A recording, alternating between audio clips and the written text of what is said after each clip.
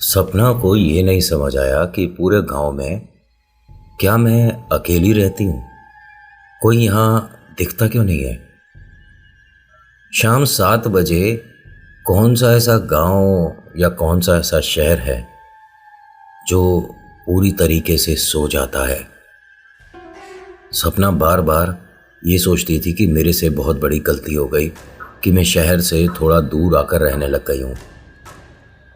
मुझे अपने साथ एक रूममेट रख लेनी चाहिए, कम से कम किराया भी आधा हो जाएगा और मेरी मदद हो जाएगी। जो मुझे डर लगता है नहीं लगेगा। मेरे घर के दोनों खिड़की और दरवाजे के सामने कौन है जो आकर खड़ा हो जाता है। बाहर जाकर देखती हूं तो कोई नहीं दिखता। इस तरह से डराने का किसी को क्या मतलब। नमस्कार, जय भोले। मेरा नाम नितिन, यह है चाचा का radio vlog movie reviews article लेकर आता हूं।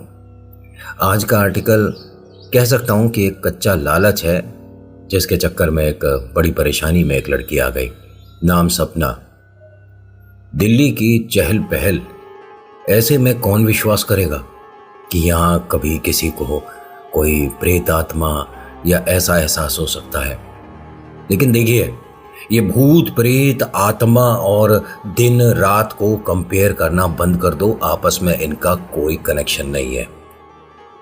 किसने बताया कि दोपहर में पब्लिक के बीच में आपको प्रेत का एहसास नहीं हो सकता। छलावा आपके साथ आपके सीट पे बैठा होगा, आप पता नहीं लगा पाओगे। देखिए, शुरू से शुरू करते हैं।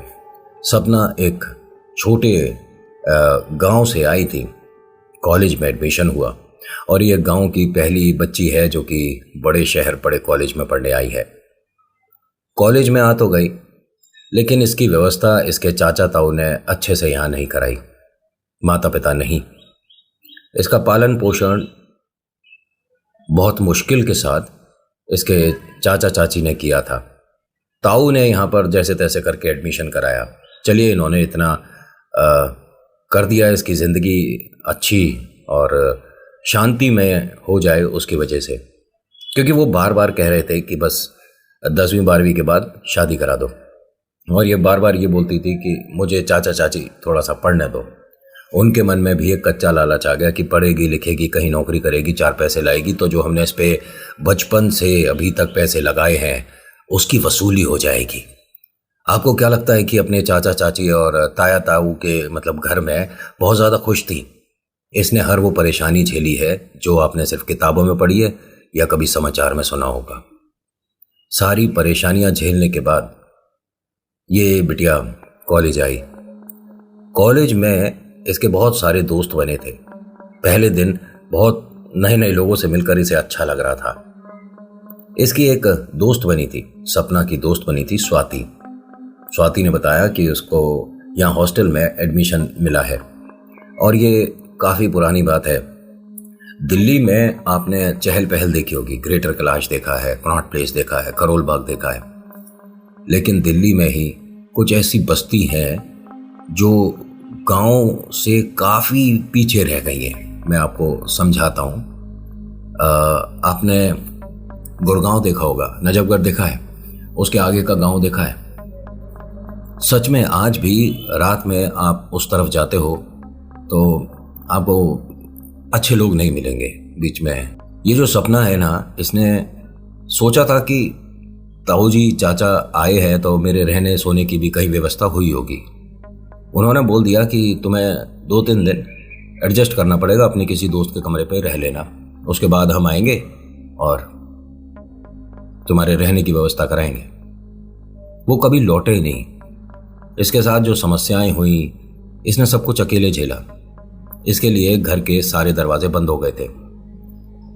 आप यकीन करोगे, मतलब बिटिया सुबह कॉलेज जा रही है और शाम को बच्चों को 10वीं 11वीं 12वीं के बच्चों को घर घर जाके ट्यूशन पढ़ाती है कि महीने के कुछ पैसे बनेंगे। लेकिन भैया, तू शहर में आ गई, रहेगी कहाँ, खाएगी कैसे और मैनेज कैसे करेगी, किताबें कपड़े सब कैसे होगा। ये उनकी बातों में आ गई। चाची चाचा ताऊ ताई और शहर इस कॉलेज में पहला दिन। इसके पास कोई बैग वगैरह कुछ नहीं था, मतलब कपड़े वगैरह कुछ नहीं लेकर आई थी। डायरेक्ट ही कॉलेज में आती है, लोगों से मिलती है, बात करती है। तो सपना की जो दोस्त बनती है स्वाति, वो कहती है कि ऐसे थोड़ी ना होता है, मतलब पहले आते हैं, 1-1.5 महीने पहले आकर तुझे रहने की अपनी व्यवस्था करनी चाहिए थी। यहाँ तेरा कोई घर नहीं है, रहेगी कहाँ पर। मैं कॉलेज में बाहर है ना एक जगह है, तो ऐसे थोड़ी ना कोई मुफ्त में रोकेगा।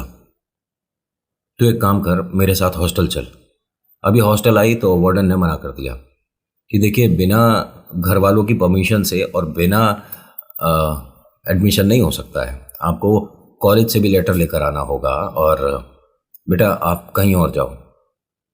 वो अपना सिर्फ एक उसके पास कंधे पर जो बैग था उसे लेकर चल रही थी। वो बाहर जाने लगी तो स्वाति ने हाथ जोड़ा वार्डन के सामने कि मैडम जब तक कहीं इसका कमरा नहीं हो जाता तब तक तो रोक सकते हैं हमसे। मैडम को भी थोड़ा अजीब तो लगा कि ये कैसे घर वाले हैं, और ऐसा मैंने अपनी ज़िंदगी में पहली बार देखा है कि आपके रहने की व्यवस्था नहीं है और आप मुंह उठाकर शहर आ गए। इतना कम दिमाग नहीं होना चाहिए तुम में भी और तुम्हारे घर वालों में भी। उसे परमिशन दे दिया कि विदिन मतलब 1 हफ्ते के अंदर आपको कोई जगह देखनी है, बस इतना समय दे सकती हूँ। अब 1 हफ्ते में इस पे पैसे ही नहीं है तो कमरा मिल भी जाएगा तो रहेगी कैसे, इसे समझ नहीं आया। तो स्वाति ने कहा कि एक काम करती हूँ, मैं पापा से बोल के पैसे मंगवाती हूँ और तेरा यहीं पर एडमिशन करा लेते हैं। उसने कहा नहीं नहीं, आप क्यों परेशानी उठा रहे हो, मैं कहीं ना कहीं कोई घर देख लूँगी। और आज कॉलेज नहीं आती? अरे दूसरा दिन है कॉलेज का, नहीं आती? लोगों से मिलना, सीनियर से बातचीत करना सब इंटरेस्टिंग होगा। उसने कहा नहीं, पहले मुझे छत देखनी है, लोगों को बाद में देखूंगी। अब ये ना देखिए, किसी को जब आप जानते नहीं तो नया शहर बहुत बुरा लगता है। बार बार ये लगता है कि अपना गांव, अपना शहर कितना अच्छा था, वहाँ हर कोई मुझे जानता था, 2-4 कदम पर किसी से मिलते थे, बातचीत होती थी, हालचाल पूछते थे। यहाँ भीड़ तो बहुत है लेकिन अपना कोई नहीं। समझ के बाहर थी जगह।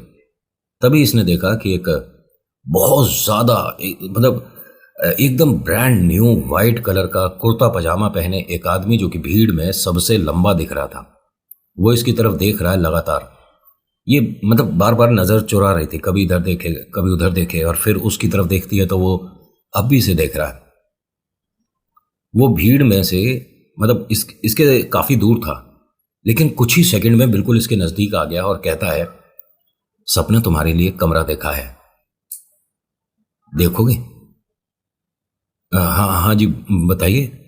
इसे ये नहीं समझ आया कि मेरा नाम कैसे पता है इस आदमी को। मैं शहर में किसी को जानती नहीं, कोई मुझे जानता नहीं, ये कोई मेरा रिश्तेदार भी नहीं। जी बताइए, मेरे पीछे आओ। वो आदमी एक बस में चढ़ गया। जैसे ही बस में चढ़ा तो ये भी बस में चढ़ जाती है। कहाँ जाना है? मेरे को कहाँ जाना है अंकल?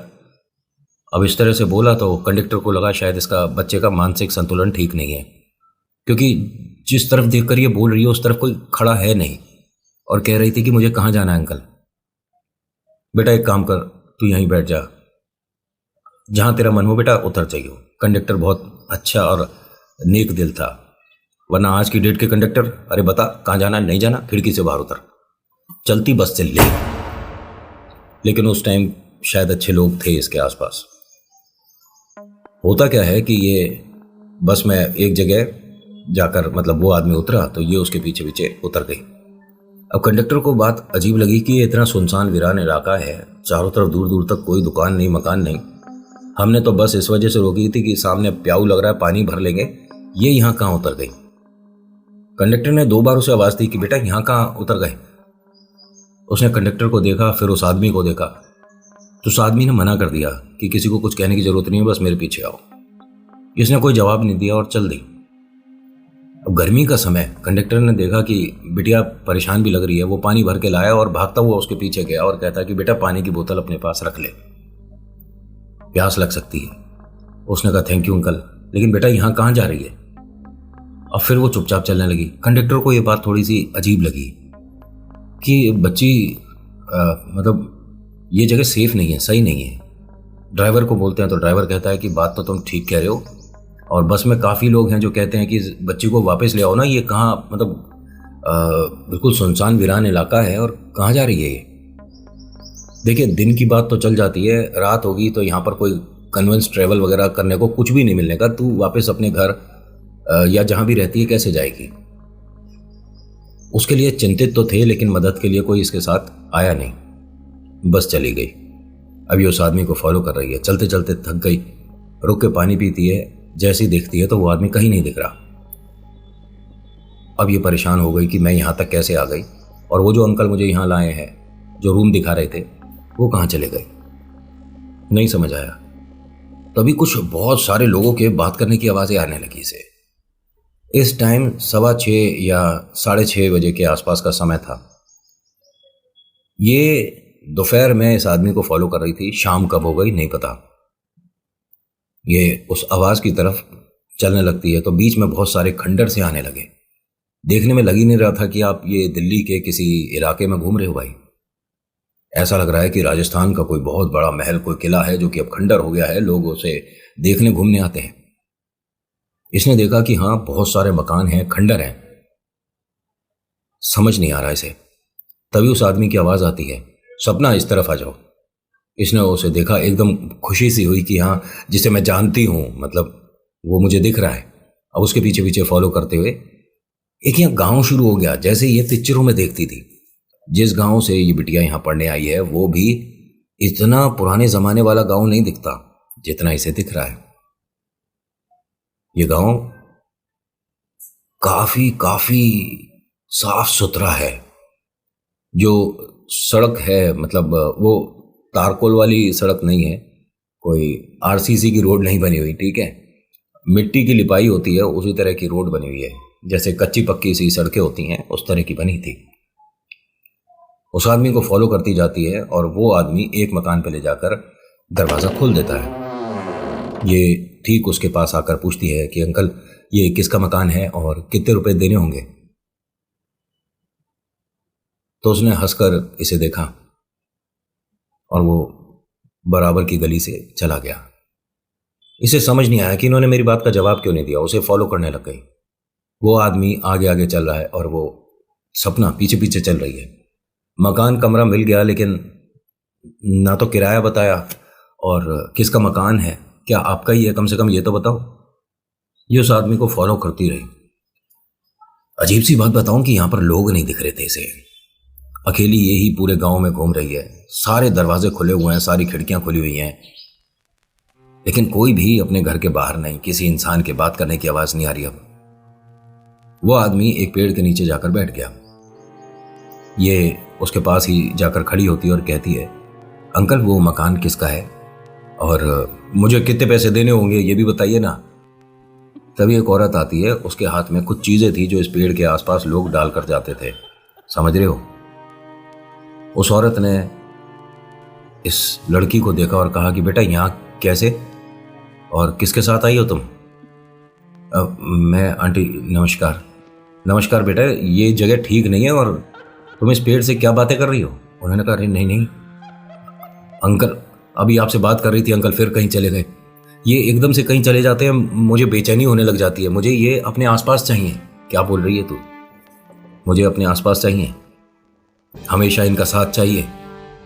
अगर ऐसा ही है ना तो ये छलावा जिंदगी भर उतारा आप करा नहीं पाओगे। अगर छलावा या जिन्न को आपने ये चीज बोल दी कि मुझे हमेशा अपने पास चाहिए या मेरे साथ चल, मेरे साथ रह, एक बार भी अगर गलत हवा साथ लग गई तो मैं सही बता रहा हूं उतारे भी पॉसिबल नहीं होते। क्योंकि आप उतारे के लिए जिस भी जगह पर जाओगे आप पर कोई हवा होगी नहीं, घर आओगे वापस से शुरू। और जब तक ये खेल चलता रहेगा, जब तक आपकी सांसें चल रही हैं, जिस दिन खेल खत्म उस दिन चीजें समझ नहीं आएंगी। वो जो महिला है वो कह रही थी कि यहाँ पर तू किसके साथ आई है, तो इसने बताया कि मैं एक अंकल को फॉलो करती हुई आई हूँ बस से, और बस से उतरने के बाद करीब 1-1.5 घंटे से मैं चली रही हूँ इनके पीछे। अब ये मुझे ना उन्होंने कमरा दिखाया आंटी, और मैं इस कॉलेज में पढ़ती हूँ। उन्होंने कहा क्या बोले जा रही है, तेरी सारी बातों में सिर्फ एक बात ठीक है, जिस कॉलेज का तूने नाम लिया कि हाँ दिल्ली में एक कॉलेज इस नाम का है, लेकिन बाकी चीज़ें क्या बोल रही है? पहली चीज़ कि बस यहाँ तक कैसे आ गई? मैं अपनी गाड़ी से आती हूँ, ठीक है, और शहर से हटकर तकरीबन 17-18 किलोमीटर बाद ये जगह आती है, और इस श्रापित जगह पर सिर्फ हम यही काम करने आते हैं जो तू आसपास पेड़ के देख रही है, और तू यहाँ पर खड़े होकर पेड़ से बात कर रही है। दिमाग ठीक है बेटा तेरा? नहीं आंटी, शायद आपको ऐसा गलत लग रहा है। आंटी ने कहा एक काम कर, तू थोड़ा सा पीछे जाकर खड़ी हो, मुझे यहाँ पर कुछ चीज़ें करनी है। आंटी क्या क्या है ये? कुछ नहीं है, तुम बेटा पीछे जाकर खड़ी हो जाओ, मेरी गाड़ी खड़ी है, देखो वहाँ जाकर खड़ी हो जाओ। नहीं आंटी क्या है? आंटी ने कहा ये उतारा है, टोटका है, समझ आता है, काला जादू है।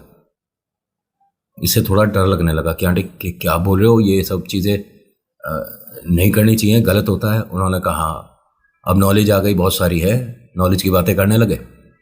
तू यहाँ पर क्या कर रही है ये तो बता दे, गलत सही बात की बात है, और पीछे हटकर खड़ी हो जा। उसे थोड़ा दूर कर दिया आंटी ने, जो यहाँ पर सब करने आते हैं, उतारे छोड़ने आते हैं, और ये पीपल नहीं है। सपना को उन आंटी ने कहा कि बेटा तुम गाड़ी के पास जाकर खड़े हो जाओ, मैं यहाँ पर थोड़ा सा पूजा कर रही है, वो करके तुम्हारे पास आती हूँ। ये गाड़ी के पास जाकर खड़ी हो गई, लेकिन इसे समझ नहीं आ रहा कि इतनी दूर आकर आंटी इस पेड़ के पास ये पूजा क्यों कर रही हैं, और तमाम दुनिया भर के टोटके इस पेड़ के आसपास क्यों पड़े हैं। पेड़ को लगातार देखती है तो इसे पेड़ पर वही आदमी दिखने लगा। ये डरती हुई गाड़ी से जाकर टच करके अपने को खड़ी हो गई और घबराई जा रही थी, डरे जा रही थी। आंटी ने अपना पार्ट जो कर रही थी करते करते उसे देखा, फिर पेड़ की तरफ देखा, फिर उसे देखकर पूछती हैं कि क्या हो गया, क्यों डर रही है। तो इसने हाथ के इशारे से बताया कि आंटी वही आदमी जिसके पीछे मैं आ रही थी वो पेड़ के ऊपर बैठा है, और आंटी वो आपको लगातार देख रहा है, मैं इसी के बारे में बात कर रही थी, यही मुझे यहाँ इस गाँव में लेकर आया है।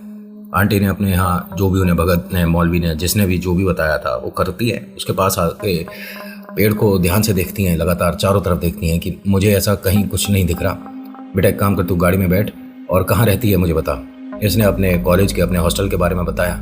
उन्होंने कहा ठीक है, मैं उस तरफ से गाड़ी निकालूंगी, तुझे हॉस्टल छोड़ के आती हूँ, बैठ गाड़ी में। ये लगातार उस आदमी को देख रही है, और वो आदमी ये कहती है कि अपनी आंखें बड़ी कर रहा था, उसकी जीभ ज़मीन तक आनी शुरू हो गई थी, उसके हाथ बहुत लंबे लंबे थे, और वो बहुत ज़्यादा खतरनाक, डरावना, भयानक एक चेहरा हो गया। मतलब पहले वो इंसान का चेहरा लग रहा था, लेकिन अब ये किसी इंसान का नहीं, एक दैत्य, राक्षस, जानवर, पिशाच, जिन, न जाने क्या कहो आप इसे, उस तरह का चेहरा दिख रहा था। ये घबराए बस यहाँ खड़ी थी। आंटी ने इसे ज़बरदस्ती गाड़ी में बिठाया और कहा कि बेटा तू परेशान मत हो, मैं तेरे साथ हूँ, कोई परेशानी नहीं होगी, बस चलते हैं यहाँ से। अब ये यहाँ से ना तकरीबन 1-1.25 किलोमीटर दूर गए थे, तभी ये घबरा कर, मतलब डरने लग गई गाड़ी में। आंटी ने उसे देखा, फिर अपनी गाड़ी में रखी पानी की बोतल दी कि थोड़ा रिलैक्स हो जा, पानी पी ले, हम उस जगह से, उस ख़तरनाक इलाके से अब बाहर आ गए हैं, तुझे परेशान होने की ज़रूरत नहीं, मैं तेरे साथ हूँ। कहती है नहीं आंटी, मुझे पानी वगैरह कुछ नहीं चाहिए, बस इन्हें गाड़ी से बाहर उतार दो। इसने कहा किसे गाड़ी से बाहर उतार दूँ, तेरे और मेरे अलावा गाड़ी में कोई नहीं है। उसने कहा आंटी पीछे देखिए। इन्होंने जैसे ही पलट कर देखा, वो आदमी एकदम से इन पे झपटा। गाड़ी डिसबैलेंस होती है और एक पेड़ पर जाकर लग जाती है।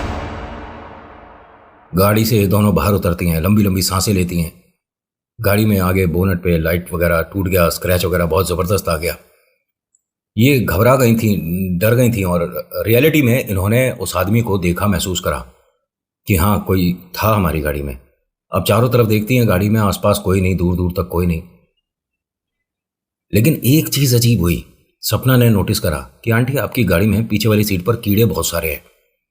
इसने पूरा दरवाज़ा खोल कर देखा तो इतने सारे कीड़े, जैसे किसी ने एक बोरी भर कर कीड़े इसमें गाड़ी में छोड़ दिए हो।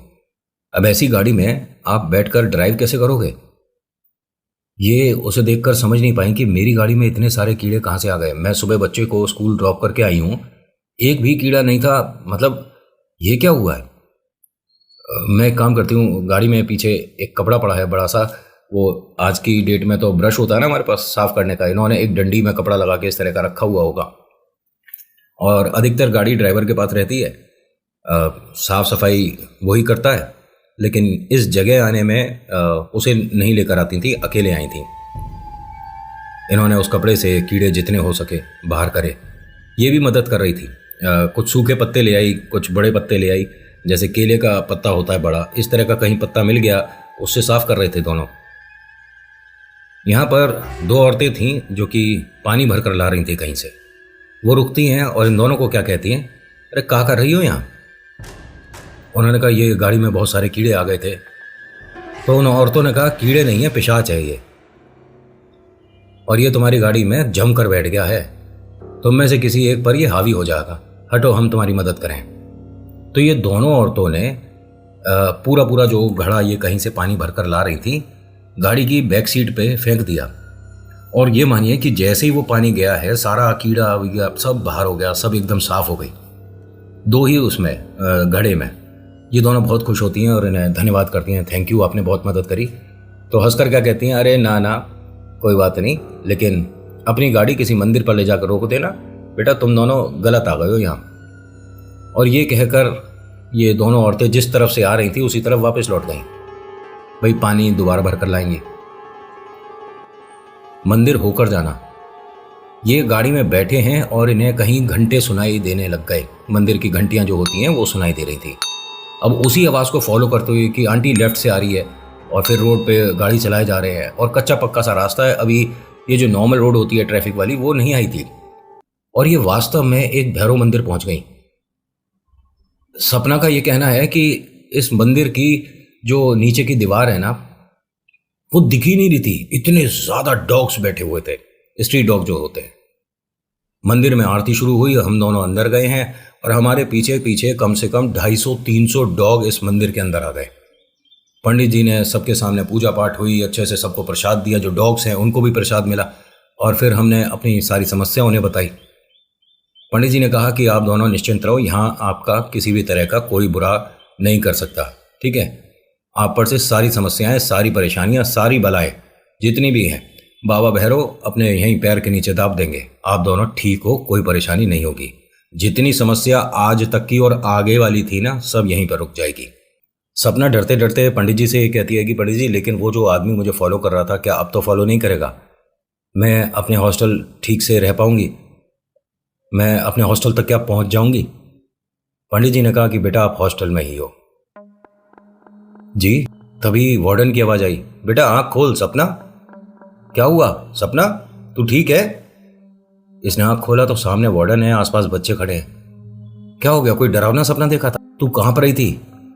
बच्चों ने बताया कि तू बेड से भी नीचे एकदम गिर गई और फिर उसके बाद से कांप रही है, तू ठीक है। मैं यहाँ पर आंटी लाई मुझे। अरे कौन आंटी, तुझे आज कॉलेज नहीं जाना क्या, तबीयत ठीक है तेरी। नहीं आंटी, मैं ना अभी किसी आदमी को फॉलो करते हुए बस में बैठ गई थी और फिर वहां से किसी सुनसान इलाके पे चली गई। हाँ बेटा तूने सपना देखा होगा। नहीं नहीं आंटी, मेरी बात सुनिए मैडम, एक मिनट। फिर हम वहां से ना ऐसे एक पेड़ के पास गए, वहां पर टोटके हो रहे थे। उन आंटी ने जो मुझे गाड़ी से लेकर आए थे, हमने कीड़े वगैरह बाहर फेंके और उसके बाद हम भैरव मंदिर गए, वहां पर ऐसे डॉग्स। उन्होंने कहा 1 मिनट, हमारे आसपास जहां पर तू रहती है 5-10 किलोमीटर के एरिया में भी कोई भैरव मंदिर नहीं है। और जिस मंदिर के बारे में तू बात कर रही है ये दिल्ली में नहीं है। मैं भी गई हूं कि जब आरती होती है तो बहुत सारे स्ट्रीट डॉग्स और जंगल से शिकारी और भयानक कुत्ते भी आकर वहां बैठ जाते हैं और किसी को कुछ नहीं कहते। मेरे को पता है उस बारे में। लेकिन ठीक है, अगर तू सपने में भैरव मंदिर का दर्शन करे है तो रियलिटी में भी एक बार दर्शन कर ले, बाबा का आशीर्वाद मिलेगा। तू ठीक तो है। जी चल फ्रेश हो जा और कैंटीन पे आजा, कुछ खा ले, क्योंकि अब तो टाइम हो गया, कल कॉलेज चली जाइयो। जी। वार्डन तो चली गई। इसने अपने कमरे का जो मतलब खिड़की था उसका कर्टन जब हटाया तो वहाँ वो औरत खड़ी है जिसने इसे ड्रॉप किया था ना मंदिर से, मतलब इसको लगता है कि वार्डन तक या हॉस्टल तक लाई है, वो खड़ी है, गेट पर खड़ी है और वो रो रही है सुबह सुबह के, हाथ जोड़ती है। और ये उसे लगातार देखना, मतलब बहुत गौर से देखना शुरू कर देती है कि ये तो वही है। पूरा पर्दा हटाकर देख रही होती है और मैडम यही हैं वो वार्डन मैम, यही हैं जो मुझे हॉस्टल में लाई थी। इसने क्या देखा कि वो गेट से और दीवार के, मतलब जैसे ये गेट है ना, यहाँ दीवार है, ठीक है, वो यहाँ कॉर्नर के पास ही खड़ी थी और रोई जा रही है और इस तरह से हाथ जोड़ रखा है। एक अजीब सा बड़ा सा हाथ आता है, उन मैडम को इस तरह से गर्दन से पकड़ के एकदम से खींच लेता है और ये चिल्लाकर भागना शुरू करती है। वार्डन के पास आती है, सब कुछ बताती है। मैडम इसके साथ और सिक्योरिटी के साथ बाहर तक आती हैं तो कुछ भी नहीं है। लेकिन एक बात अजीब है, वहाँ एक घड़ा रखा हुआ दिखा जिसके अंदर तमाम मीट पड़ा था कच्चा। कोई इनके हॉस्टल के पास ये रख कर गया, ये कैसे हुआ क्या हुआ पता नहीं। आज के आर्टिकल में इतना ही, जितना जो सामने है वो बताया मैंने, ऐसे नहीं कि अब इसके आगे का अपने मन से बनाने लग जाऊं। So thank you so much for watching. मेरा नाम नितिन है, मुलाकात करूंगा एक नेक्स्ट वीडियो में। हर हर महादेव, जय भोलेनाथ, धन्यवाद।